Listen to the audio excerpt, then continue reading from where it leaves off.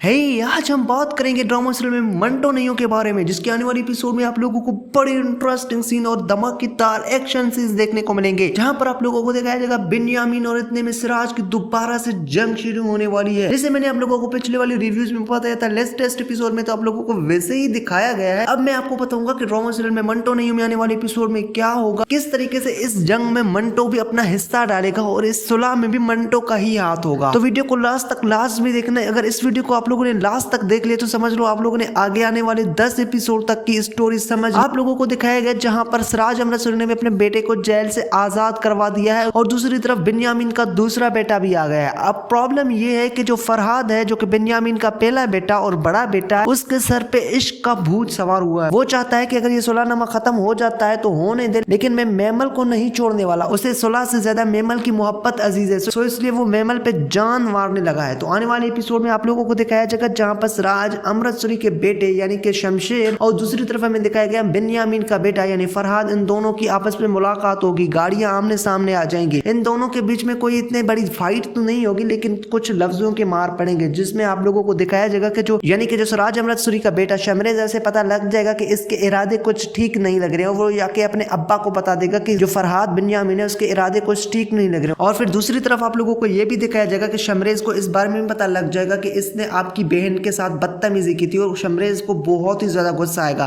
फिलहाल तो वो कोई कदम नहीं उठाएगा, लेकिन आगे जाके बड़ा कुछ करने वाला है हमारा शमरेज। अब आप लोगों को दिखाया जाएगा कि मंटो भी कुछ दिलेर होने लगा है। वो चाहता है कि अगर मुझे मौका मिला दोबारा इस तरीके से लड़ने की, तो मैं मंटो की कहानियां सुनता हूँ, पढ़ता हूँ इतने, तो मैं भी वो दिलेरी वाले काम करूंगा जो मंटो पहले करता था। मतलब उसमें भी दिलेरी वाले कुछ खून और कुछ जरासीम पैदा होने लग गए हैं। अब जो फरहाद है उसे पता नहीं है कि जो मेमल है वो मंटो से मोहब्बत करती है, इतने में वो चाहता है कि पहले उसकी मंगनी में तोड़ दूं। तो वो मेमल की मंगनी तोड़ने के लिए उसके मंगेतर को मार डालेगा और उसका मंगेतर बहुत ही अच्छा आदमी था। जब वो मर जाएगा तो फिर आप लोगों को दिखाया जाएगा कि जो मंटो है वो इजहार मोहब्बत कर लेगा हमारी मेमल से कि मुझे आपसे मोहब्बत होगी, और मेमल को भी पहले से ही मंटो से मोहब्बत है। तो इतने में आप लोगों को दिखाया जाएगा मंटो तो उस वक्त तक दिलेर हो गया होगा। फिर आप लोगों को इंटरेस्टिंग सीन्स देखने को मिलेंगे कि मंटो से भी हमारा फरहाद है वो लड़ाई करेगा, क्योंकि मंटो ने ही उसके गिरेबान में पकड़ा था, उसके गले में पकड़ा था। अब जो फरहाद है वो चुप नहीं रहेगा, वो इस सुलहनामे को ठुकरा कर वो दोबारा से हमारी मेमल है उसका रास्ता रोकेगा। अब इस बार गन सिराज अमृतसरी के हाथ में नहीं, अब इस बार सुलह सिराज अमृतसरी के हाथ में नहीं, बल्कि शमरेज के हाथ में, जो कि सिराज अमृतसरी का बेटा है और जवान खून है। आपको पता है वो कैसे चुप रहेगा। और आप लोगों को दिखाया जाएगा कि सिराज अमृतसरी का बेटा शमरेज मार देगा फरहाद को, फरहाद मर जाएगा और दोबारा से ये जंग शुरू होगी। अब इस जंग में आप लोगों को दिखाया जाएगा कि बिन्यामीन इस जंग को नहीं करेगा। तो बिन्यामीन ने सिराज अमृतसरी से पहले ये वादा किया था कि अगर उसके बेटे फरहाद ने दोबारा इस तरह की हरकत की तो मैं उसको उसका कत्ल माफ कर दूंगा। अब वो कत्ल हो चुका है तो बिन्यामीन कहेगा कि मेरा कत्ल उसे माफ है, लेकिन जो बिन्यामीन की बीवी है वो उसे कत्ल माफ नहीं करेगी और सिराज अमृतसरी को धमकी देगी कि मेरा एक मरा है, मेरे पास 2 थे, अब भी मेरे पास एक बेटा है, अब आपके मरेगी और दोबारा से ये जंग शुरू होने वाली है। और फिर हमें दूसरी तरफ दिखाए गए हैं सर मंटो, जिस तरीके की कुछ अजीब बातें, कुछ अजीब हरकतें। अब जो लेटेस्ट एपिसोड में हमें सीन दिखाया गया जब बाप बेटे से मिलते हैं और बेटा यानी नमीर खान बहुत ही अच्छा करेक्टर कर रहा है, अपने बाप से मिल रहा है और इतने में हमें दिखाया कि वो अपनी माँ से मिल रहा है, अब उसकी माँ रो रही है। दिस वाज अ फिनोमिनल, बहुत ही अच्छा सीन था। और फिर हमें दिखाया गया एक और सीन जिसमें मंटो कहता है कि वो कहता था कि मैं उसे मुक्का भी मार सकता था, लेकिन मैंने सोचा कि उसे चोट लग जाएगी। ये बात बहुत ही फनी था ये सीन। मतलब नो डाउट कि खलीलुर रहमान कमर एक बहुत ही अच्छा राइटर है, नो डाउट कि हुमायूं सईद भी बहुत ही एक अच्छा एक्टर है। अब ये जो सुरैया का कैरेक्टर है सायमा कर रही है वो भी अमेजिंग है, उसने बड़ा अच्छा पत्ता फेंका था। ये जो जंगें हो रही है सुरैया को पहले से ही पता था कि अब फरहाद मरने वाला है, क्योंकि फरहाद के सर पे उसका भूत सवार था, जो कि जवानी में इसके बाप के सर पे भी सवार था। तो सुरैया ने अच्छा तीर फेंका और उसने सलाहनामे में ये सब लिखवा दिया है। अब ये जो सुलहनामा हुआ है उसके अगेंस्ट जाके जो फरहाद कदम उठाएगा, सुरैया को अब सब पता है कि ये सब कुछ होने वाला है। सुरैया अपने बेटों का बदला कभी भी नहीं छोड़ने वाली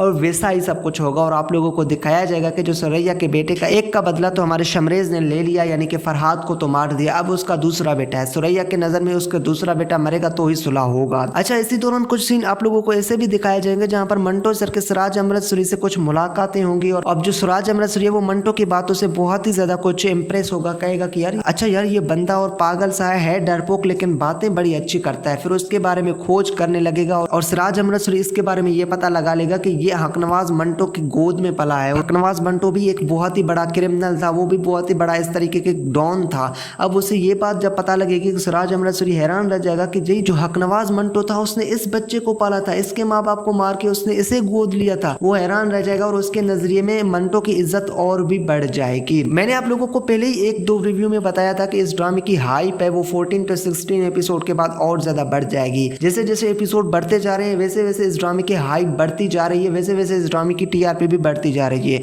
फर्स्ट एपिसोड की टीआरपी 8.5 थी, अब जो एपिसोड की टीआरपी आ रहे हैं वो 12 को क्रॉस कर रही है। और मैं 100% गारंटी के साथ आप लोगों को बता रहा हूँ इस ड्रामे के 32 एपिसोड्स हैं और जो 15 to 16 एपिसोड के बाद इस ड्रामे की हाइप 2 गुना बढ़ जाएगी। और ये ड्रामा मेरे पास तो मुझे जितने तो रिकॉर्ड नहीं बना लेगा लेकिन कम से कम 20 की टीआरपी जरूर ले जाएगा। अब जो खलीलुर रहमान कमर के लिखाई के 2 ड्रामे आए थे जिनमें सुन मेरे दिल और जेंटलमैन थे, वो दोनों सुपर फ्लॉप गए थे। एक तो ग्रीन एंटरटेनमेंट पर ड्रामा आया था जिसकी हाइप अच्छी खासी थी, जिसमें हुमायूं सईद और यमुना जैदी ने एक्टिंग की थी। जिन ऑडियंस ने इस ड्रामे को देखा था उन्होंने बहुत ही ज्यादा लाइक किया था लेकिन इतना ज्यादा नहीं। और दूसरी तरफ हमें सुन मेरे दिल देखने को मिला यूट्यूब पर तो उसके अच्छे खासे व्यूज थे लेकिन काफी सारे लोगों ने इसे क्रिटिसाइज किया। जिसने देखा कहा कि यार स्लो ड्रामा है, डायलॉग डिलीवरी बहुत ही स्लो है, मतलब कुछ ड्रामे में सेंस नहीं है। इस तरह से सुन मेरे दिल भी एक फ्लॉप ड्रामा था। अब जो मैं मंटो नहीं हूँ उसने काफी हद तक खलीलुर रहमान कमर की खोई हुई इज्जत लुटा दी है कि भाई वाकई में वो एक अच्छा राइटर है। अब जो लोग उससे नफरत करने लगे थे, मैं मंटो नहीं हूँ, उसके डायलॉग्स देख के वो भी कहते हैं यार वाकई में खलीलुर रहमान कमर जितना फेमस है उससे कई गुना ज्यादा उसे फेमस होना चाहिए था। वाकई में एक अच्छा राइटर है, एक अच्छा पोएट है। और अब आप लोगों को दिखाया जाएगा जब इस ड्रामे के 16 एपिसोड गुजर जाएंगे तो उसकी टीआरपी और व्यूज डबल हो जाएंगे। मेरे पास तुम हो की तरह इसको भी क्रेडिट खलीलुर रहमान कमर को ही जाएगा कि इस ड्रामे में बहुत ही अच्छी उसने लिखाई की थी। सो आप लोगों को खलीलुर रहमान कमर की राइटिंग कैसे लगी, हुमायूं सईद की एक्टिंग कैसे लगी और सज्जन और हुमायूं की केमिस्ट्री कैसे लगी, नीचे बताओ मुझे कमेंट सेक्शन में। उम्मीद करता हूँ आप लोगों को ये मेरी वीडियो पसंद आई। अगर वीडियो पसंद है तो वीडियो को लाइक करना, चैनल को अभी सब्सक्राइब कर दे। मिलते हैं अगले किसी नई वीडियो में, तब तक के लिए